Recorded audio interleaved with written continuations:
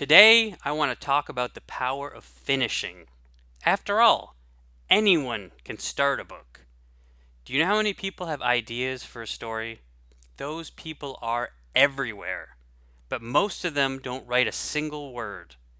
Then there's the aspiring authors that start work on their first book, but never seem to finish it. They toil away year after year, only for their work to never see the light of day. That is a heartbreaking sight, especially since it shouldn't be that way. Stories are meant to be told. They aren't meant to collect digital dust on your hard drive. That is a lonely existence for a story. But that's what happens when a writer lacks the ability to finish. The good news is that there's always a way out of your rut. The answer depends on what the root of your problem is. In general, there are two most common problems. Number one, the manuscript is half written. Number two, the manuscript is technically done, but the writer is in the process of revising it to death. Let's start with half written manuscripts. Typically, this happens when a writer doesn't have an outline and they've written themselves into a corner.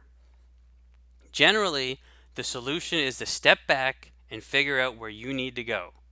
This can be very difficult for a discovery writer. But guess what? If your manuscript is stuck in story gridlock, you need to take extreme measures.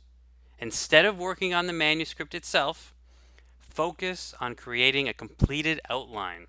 Get all of your plot details figured out. Determine where you're going to go with your story, even if it's just broad strokes. Once you have completed an outline, you can take that as a roadmap.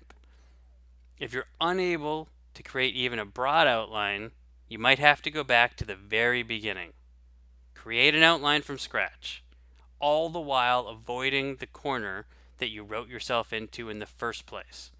Then, once the new outline is done from start to finish, go back into your manuscript and see what you can keep and what you need to scrap.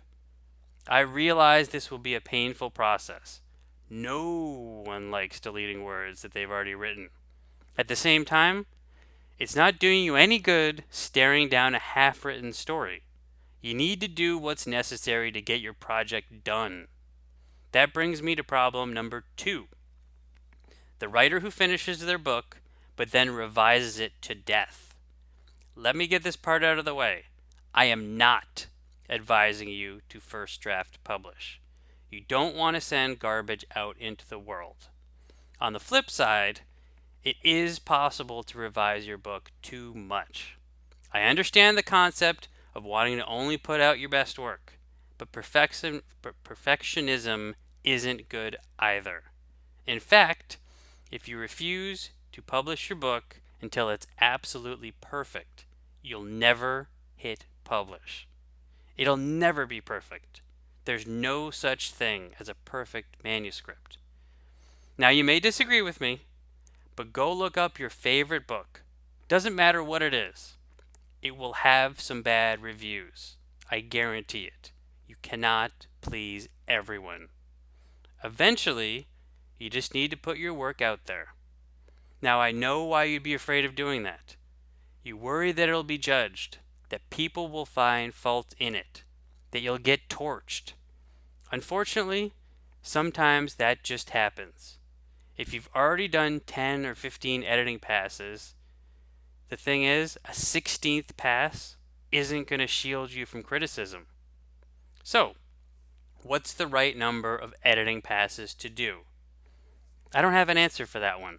Besides, every book is different, and some early drafts are cleaner than others. As a general rule, if you're at the point where you're fiddling around with light cosmetic changes, and you've already done half a dozen drafts or more, you've probably reached the point of diminishing returns. Launch your book into the marketplace already. Put it out there. Finish what you started. Now, before you go, I want to tell you about a mini guide that I'm giving out for free. It's called The Top Mistakes That Self-Publishers Make. You can get your copy by clicking on the link in the description of this video. Download your copy now.